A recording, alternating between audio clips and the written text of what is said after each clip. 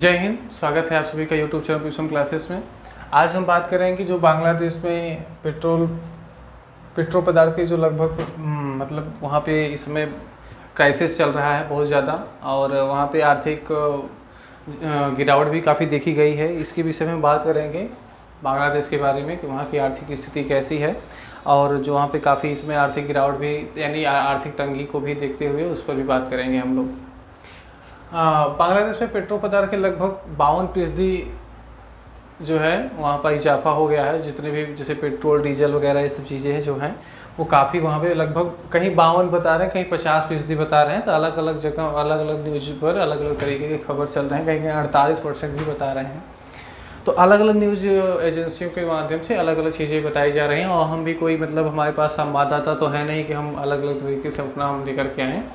हम भी अलग अलग न्यूज़ों के माध्यम से ही देख करके आप लोगों तक खबर बताते हैं, और हमारा यही होता है कि ताकि आप उस चीज़ को खबर को अच्छे से देख करके और आगे तक लोगों को एक उसके बारे में सोचने का जो एक विचार हो वो होना चाहिए। जो आपस में जो टी स्टॉल पर यानी कि चाय पर जो लड़ते हैं वो सब ना हो, नॉर्मल इस पर समझना होगा कि क्या है देश में क्या चल रहा है।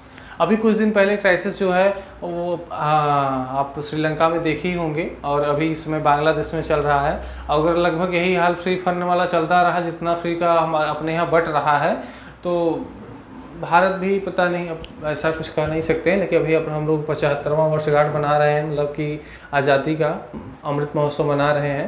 तो इसमें हम अब भारत के कुछ गलत हो भारत के साथ, ऐसा हम नहीं कर सकते हैं। बाकी देश दुनिया वायु नेता हैं तो नेताओं को तो कहा ही जा सकता है नेता यहाँ के हैं तो बेच खाएंगे देश को, ऐसा नहीं है। कुछ नेता भी अच्छे हैं, कुछ लोग भी अच्छे हैं जो कहना था हमने कह ही दिया, आप समझना तो समझ ही गए होंगे। ठीक है, तो यहाँ पे रविवार को काफ़ी लोग सड़कों पे उतरे और प्रदर्शन किया, और उन्होंने बताया कि इतना जो पेट्रोल का दाम इतना काहे बढ़ाया जा रहा है। हाँ, अभी उसको लगभग 1971 में बांग्लादेश आज़ाद हुआ और पहली बार इतनी बढ़ोतरी बांग्लादेश में देखी गई है। इसके पहले तक इतनी बड़ी बढ़ोतरी वहाँ पर नहीं हुई थी। बांग्लादेश में डीजल के दाम में 34 और पेट्रोल में लगभग 44% की बढ़ोतरी हो चुकी है। सोच लीजिए कि कितनी तेज़ी से वहाँ के जो आपको इसी के साथ बता दें कि वहाँ पर जो जो बांग्लादेश है, बांग्लादेश का जो राजधानी है वो ढाका है, ठीक, इसलिए ढाका मुंह से निकल गया। तो वहाँ पर बांग्लादेश में लगभग 34 पेट्रोल में और 34 डीजल में 34 और पेट्रोल में कितना 44, इतनी क्या है, इतने अधिक टका वहाँ पर बढ़ा दिया गया। आप सोचिए टका मतलब क्या, मतलब कि अपने जैसे करेंसी रुपए चलता है, अमेरिका में डॉलर चलता है, उसी तरीके से बांग्लादेश में टका चलता है। ठीक है भैया, टका चलता है। हाँ, वो वाला कहानी आपको याद आ गया होगा, 5 में आप लोग पढ़े होंगे। हाँ, अंधेर नगरी अनबुझ राजा, टके शेर भाजी टके शेर खाजा ये सब याद आ गया होगा। चलिए ठीक है, कोई दिक्कत नहीं, आगे ध्यान दीजिए। और वहाँ के पेट्रोल की कीमत जो है 130% भारतीय रुपए में, यानी 130% और भारतीय रुपए में 108 रुपये प्रति लीटर के हिसाब से चुकाना पड़ रहा है। अब तक वहाँ का जो है फॉरेक्स रिजर्व जो है बहुत ज़्यादा कम हो गया है, काफ़ी लगभग अगर किसी देश में जो क्राइसिस है वहाँ विदेशी मुद्रा भंडार कितना है उसके ऊपर निर्भर करता है कि अर्थव्यवस्था वहाँ की कैसी है, और वहाँ के लोग कैसे हैं, कितने खुशहाल हैं। तो विदेशी मुद्रा कितना है उसके हिसाब से पता चलता है कि भैया वो कितने अच्छी तरीके से अपना जीवन को बिता रहे हैं, कितनी वहाँ पे महंगाई है। और अपने यहाँ इसमें तो डॉलर जानते ही बहुत ज़्यादा पावरफुल है, और 135 कितना 108 रुपये इधर हो गया, और $1 लगभग कितना 135%, लगभग 135% में वो लोग बेच रहे हैं। मतलब कि अगर कहीं पर भी उन्हें मतलब कि $1 को अगर देना है या कोई विदेश से मुद्रा अगर मंगाना है, कोई चीज़ मंगाना है विदेशों से, तो अगर उन्हें $1 अगर हम पे कर रहे हैं तो वहाँ पे 135% मिलने वाला है। अपने यहाँ तो अभी 79.24 लगभग है, लेकिन यहाँ पर सोचिए 135% हो चुका है। इतनी तेज़ी से 20% का बहुत भारी गिरावट देखी गई है वहाँ के करेंसी में। डॉलर के मुकाबले 20% की काफ़ी भारी गिरावट है। बांग्लादेश में अब विदेशी मुद्रा भंडार अब केवल 39.67 बिलियन डॉलर बचे हुए हैं बस, अब और बाकी बचे नहीं हुए हैं। देखिए सोचिए कि वहाँ पर सबसे बड़ी दिक्कत ये हो गई है कि अब ये भारत के पास आ रहे हैं और पूछ रहे हैं कि आपने कैसे पेट्रोल डीजल कैसे सस्ते दामों पर मंगाया। और ये बांग्लादेश के जो प्रधानमंत्री हैं शेख हसीना, उनका कहना है या फिर वहाँ के लोगों का फॉरेन जो मिनिस्टर हैं उनके द्वारा जो भी सूचनाएं निकल के आई कि जो देश में इतनी बड़ी जो क्राइसिस आई है वो रूस और यूक्रेन के युद्ध से है। ठीक, तो आप समझिए कि बम कहीं और फट रहे हैं और आग कहीं और लग रही है। अभी इसके पहले बांग्लादेश से पहले श्रीलंका का यही हाल था, और श्रीलंका के बाद अभी कुछ दिन नेपाल में भी थोड़ा क्राइसिस चल रहा था। पाकिस्तान तो वैसे भी उसको झेलने दो, कोई दिक्कत नहीं है, मज़ा आता है उसको जब वो झेलता है तो अंदर से खुशी मिलती है। मतलब बड़ा अजीब टाइप का दुश्मन दिखता है वो, पूरा छोटे छोटे बच्चे उसका दुश्मन नज़र आते हैं। मतलब छोटे बच्चों के नज़र में ऐसा लगता है कि वो दुश्मन है, अब अलग बात है। तो पाकिस्तान में भी चल रहा था और इसमें नेपाल में भी और ऐसे अन्य जगह भी काफ़ी चल रहे हैं। अब देखते हैं कि क्या होता है, भारत इसके मुकाबले कितना क्या करता है, भारत और क्या कर सकता है। भारत से बांग्लादेश वाले पूछ रहे हैं कि भैया आप कैसे सस्ता ला रहे हैं, हमें भी बताइए, थोड़ा हमें भी नियम बताइए। लेकिन अभी पता नहीं चल रहा है क्या करते हैं।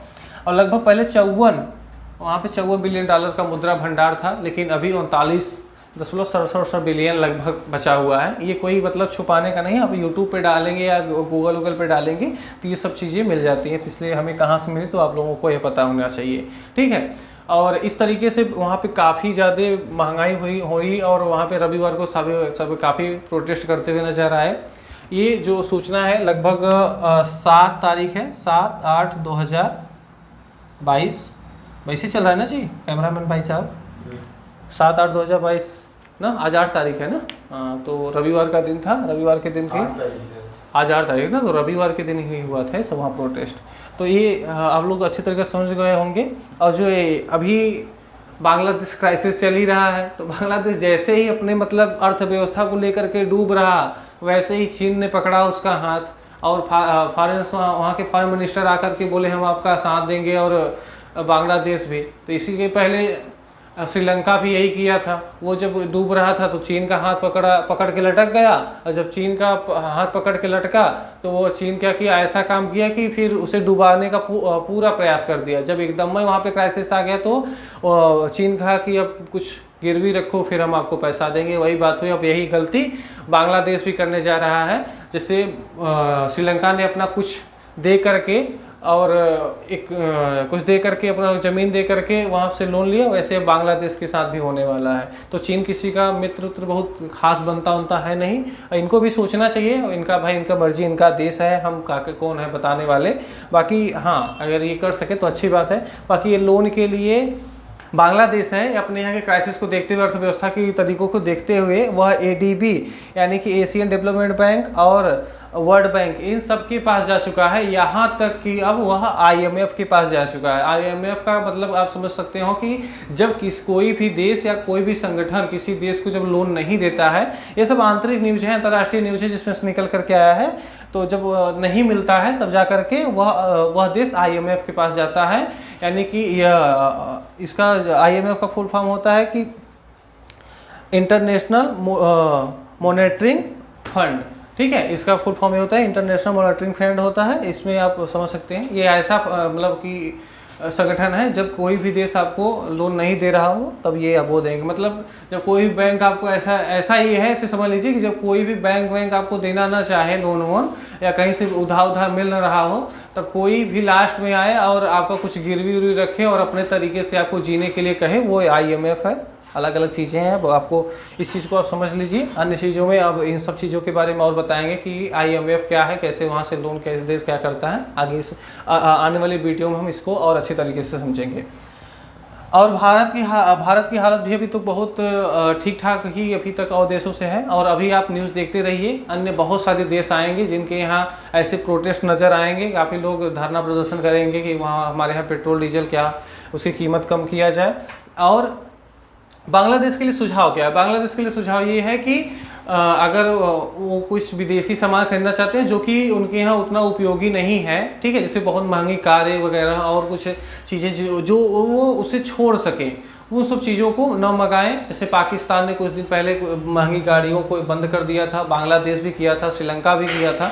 तो ऐसे जो चीज़ें हैं जो भैया मतलब कि देश के लिए सही नहीं है, वो चीज़ों को बंद किया जाए। अब ऐसा आएगा कि जब वहाँ पे इतना क्राइसिस है तो क्यों खरीदेंगे इतना महंगा, तो भैया वहाँ काफ़ी धनी लोग भी हैं ना, वो खरीदेंगे। और ये जो टका है, जो ये विदेशी मुद्रा भंडार, यह केवल किसके पास होता है? सरकारों के पास होता है। जब सरकारें अगर आप किसी चीज़ को मंगाएंगे तो वह आप केवल टका में उसे पेड करेंगे, किसी भी मतलब कि उस देश को टका में पेड करेंगे। जैसे अगर हमें कुछ मंगाना है अमेरिका से, तो हम अपने सरकार यानी भारत सरकार को किस में पे करेंगे? हम पे करेंगे रुपए में, और वह रुपए बाद में डॉलर में कन्वर्ट करके अमेरिका को पे किया जाएगा। यही काम होता है, वही चीज़ उनके भी होगा। कोई अगर महंगा सामान खरीदेंगे, वो टका बांग्लादेश सरकार को दिए, बांग्लादेश सरकार फिर अब जो है डॉलर में आगे पे करेगी। तो इससे अच्छा है कि अगर उन चीज़ों को, जो चीज़ें अभी कुछ दिन तक मतलब अस्थायी रूप से बंद की जा सकती है, उनको बंद कर दिया जाए। जिनकी बहुत ज़्यादा ज़रूरत नहीं है, उन सब चीज़ों को बंद कर दिया जाए, ताकि इस क्राइसिस से बचा जा सके। और अन्य जानकारियों के लिए हमारे चैनल को आप सब्सक्राइब कर लीजिए। और हम इस अमृत महोत्सव के लगभग 75वां दिवस मना रहे हैं, और सभी को 15 अगस्त की हार्दिक शुभकामनाएं। जय हिंद।